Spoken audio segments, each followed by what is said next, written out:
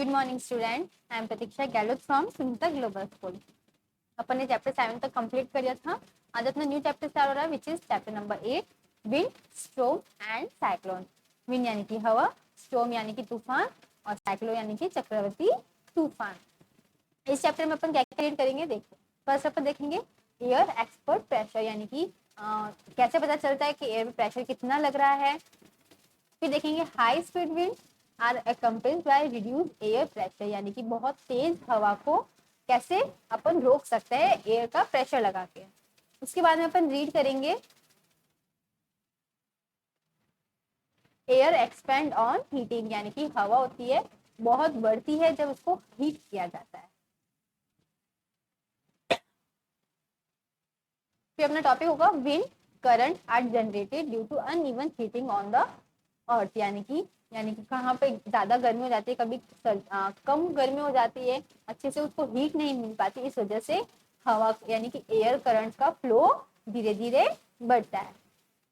फिर आएगा thunderstorm and cyclone, तूफान और जो साइक्लोन्स आते हैं चक्रवर्ती तूफान, उसके बारे में अपन देखेंगे कि क्या होता है, कैसे होता है। फिर आएगा डिस्ट्रक्शन कॉज बाय साइक्लोन, यानी साइक्लोन आने से, तूफान आने से क्या क्या प्रॉब्लम होती है। फिर आएगा नेक्स्ट इफेक्टिव सेफ्टी मेजर्स, यानी कि क्या क्या सेफ्टी मेजर्स हमें अपनाने चाहिए, क्या क्या जब साइक्लोन आया कोई भी ऐसी प्रॉब्लम आ जाए जो नेचुरल तरीके से आ रही है, तो उससे हमें क्या क्या बचने चाहिए, इफेक्ट कौन कौन से यूज करने चाहिए।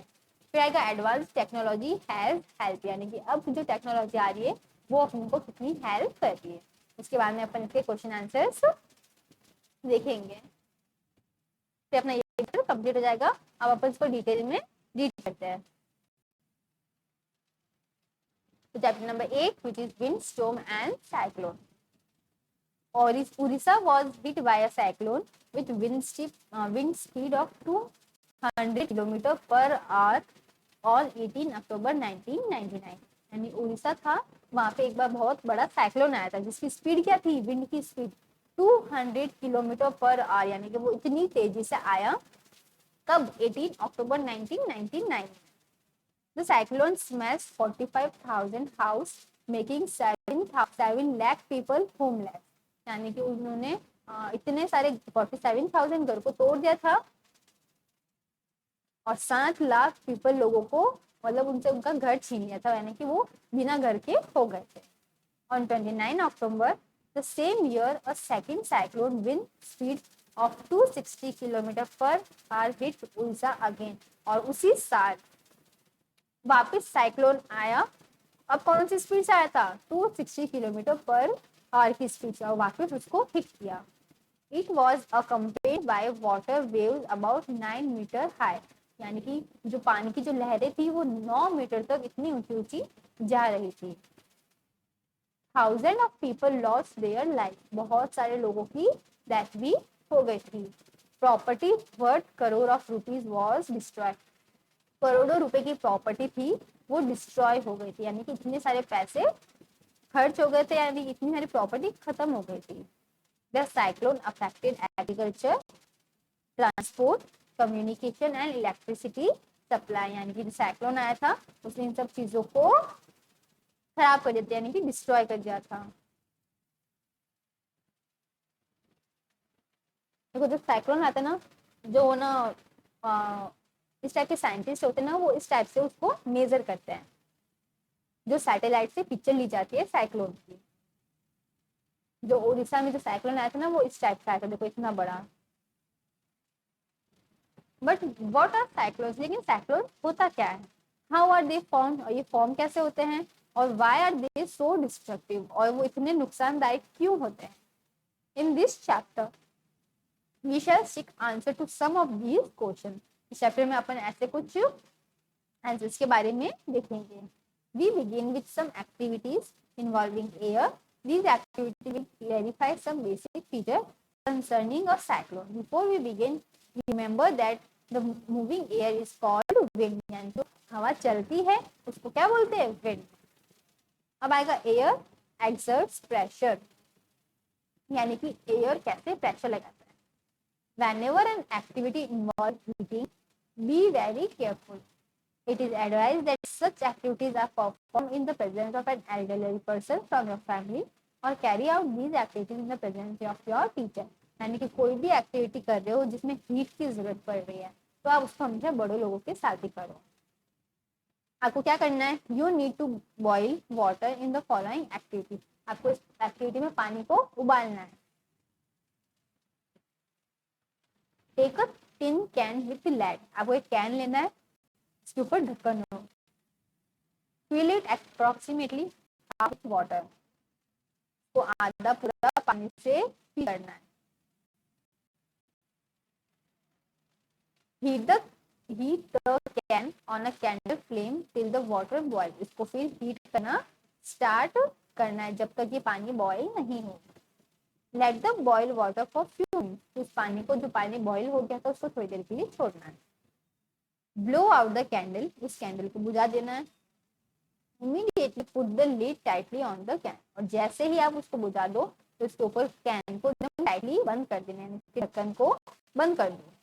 Be careful in handling the hot can.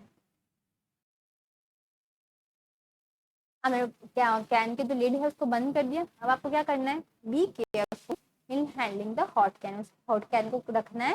Put the can carefully in a swallow metallic vessel और वॉश बेसिन। यानी या तो उसको अपन वॉश बेसिन में रख दो या फिर एक खाली से बर्तन में रखो। फिर क्या करना है, pour fresh water over the can.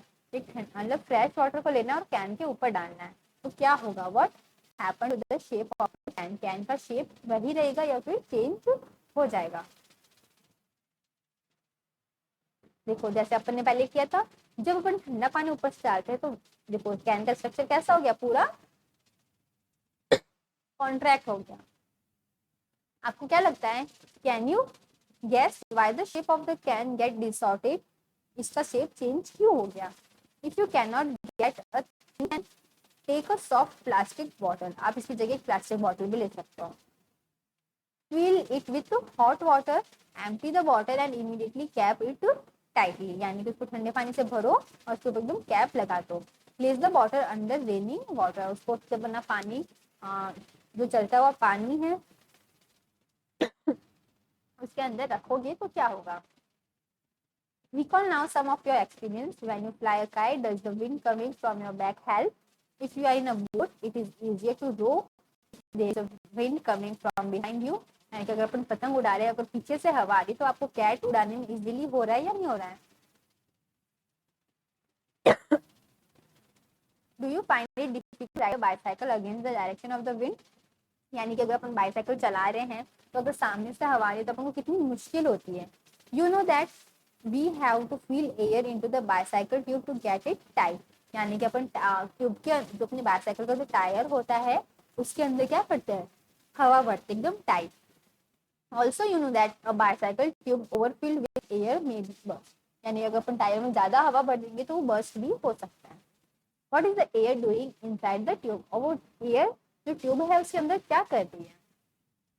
All these experiment show that the air exert pressure. इन सबसे पता चल रहा है, जो भी अपन एक्सपेरिमेंट किए हैं, कि जो एयर है वो प्रेशर को एक्सर्ट करती है, यानी कि प्रेशर लगाती है।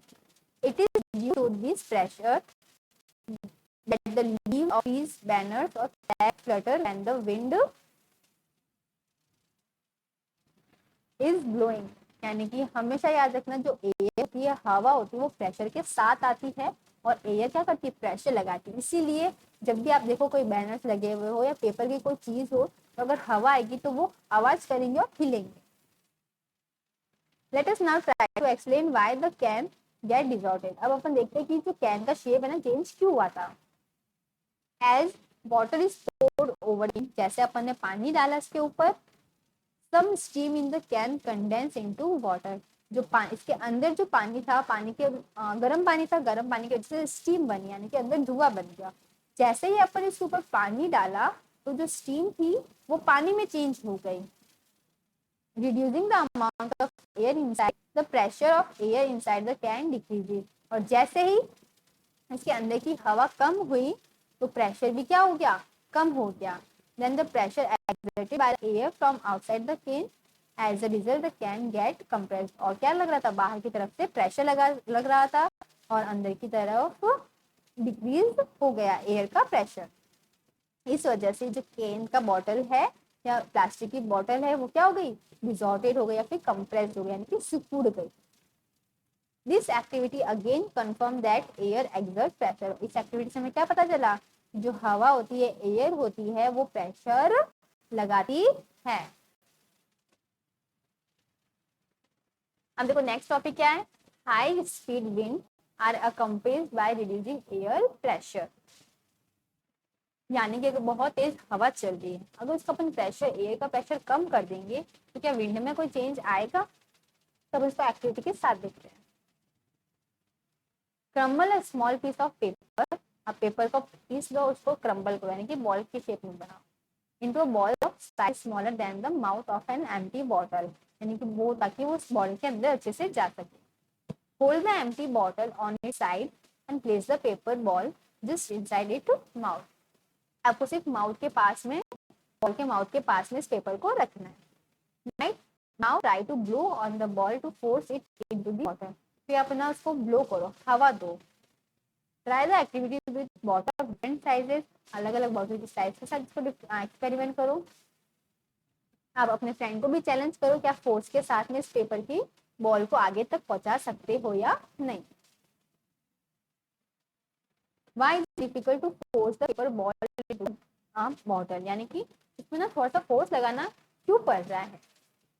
ब्लो द बलून्स, एक्टिविटी 8.3 क्या बोल रही देखो, take 2 balloon of approximately equal size, 2 balloon लिए जो जिसके साइज इक्वल है, put a little water into the balloon, थोड़ा थोड़ा उसमें पानी डालो, blow up both the balloon and tie each one of at a string, यानी कि इसको स्टिंग पे बांध दो, फिर उसको हवा दो, यानी कि ब्लो दो। Hang the balloon 8 to 10 centimetre apart on a cycle spoke और अ स्टिक, दोनों के बीच में इतना गैप होना चाहिए। Blow in the space between the balloon, और जब आप फूंक दे रहे हो, ब्लो कर रहे हो, तब उनके बीच में स्पेस होना चाहिए। What did you expect, what happens, आपको क्या एक्सपेक्ट होगा, क्या एक्सपेक्ट होगा और क्या होगा, आपको ब्लो करके देखना है। एक्टिविटी 8.4 क्या बोल रही है, can you blow and lift, hold a strip of paper 20 centimetre long and 3 centimetre wide, यानी कि आपको एक पेपर लेना है जो कितना लंबा है 20 सेंटीमीटर और चौड़ा कितना है 3 centimetre, between your thumb and 4 finger, यानी कि इसको ऐसे पकड़ना है पेपर को। Now blow over the paper, फिर अपन पेपर पे हवा डालेंगे, जैसे देखो इसने डाली है।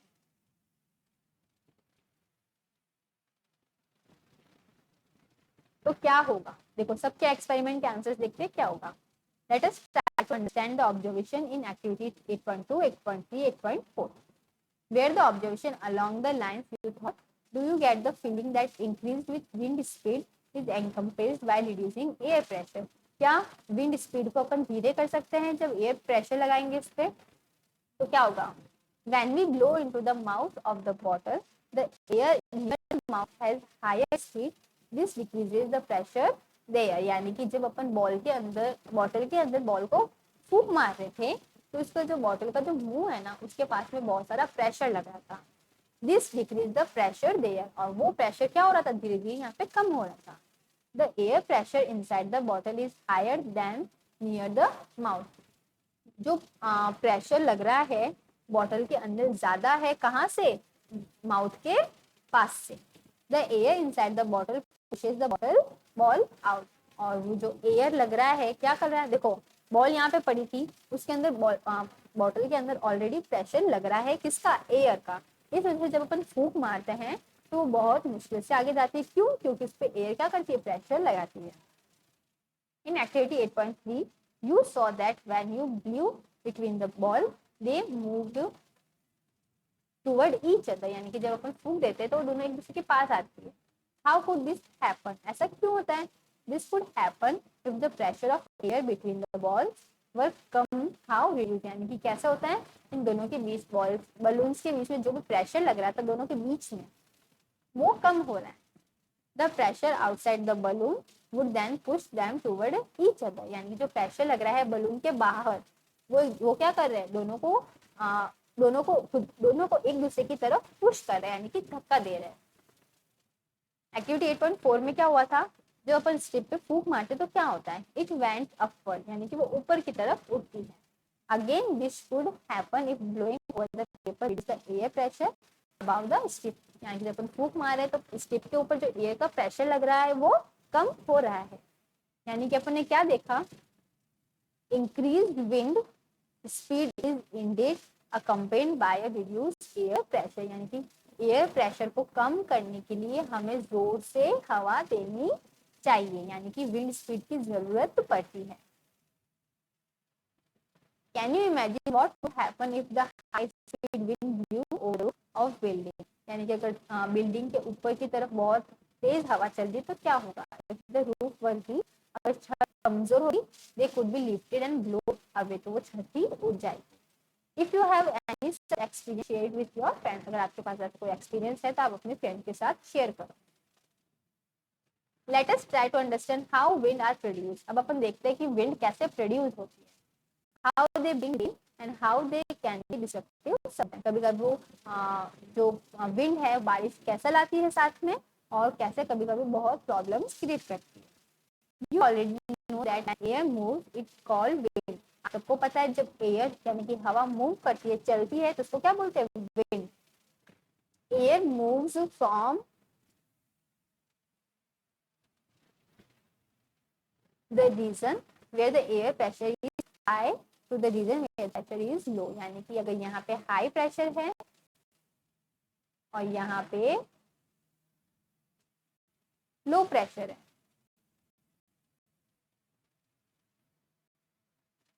तो यहाँ पे ऐसा मूवमेंट होगा। The region where the air pressure is high to the region where pressure is low, किसका मूवमेंट होगा, एयर का, यानी कि एयर कहाँ से कहाँ जाती है, ज्यादा प्रेशर से कम प्रेशर की तरफ मूव करती है। कौन, air. The greater the difference in the pressure the faster the air move, अगर ज्यादा प्रेशर का डिफरेंस होगा उतनी ही तेज हवा चलेगी। But how are the pressure difference created in nature, लेकिन नेचर में ये डिफरेंस क्रिएट कैसे होता है, is the difference in temperature involve, क्या टेम्परेचर इन्वॉल्व है इसके अंदर। The following activities will help to understand this, अब जो नेक्स्ट एक्टिविटी आएगी उससे अपन को पता चलेगा। अब अपना नेक्स्ट टॉपिक है which is 8.3 air expends on heating, यानी कि जब अपन हीट करते हैं किसी भी चीज को उसके साथ एयर बढ़ती है, यानी कि हवा बढ़ती है। इस टॉपिक को अपन अपनी नेक्स्ट क्लास में देखेंगे। तब तक के लिए आज मैंने आपको जो भी रीड कराया है आप उसको अच्छे से रीड करना। तब तक के लिए stay home, stay safe, good bye.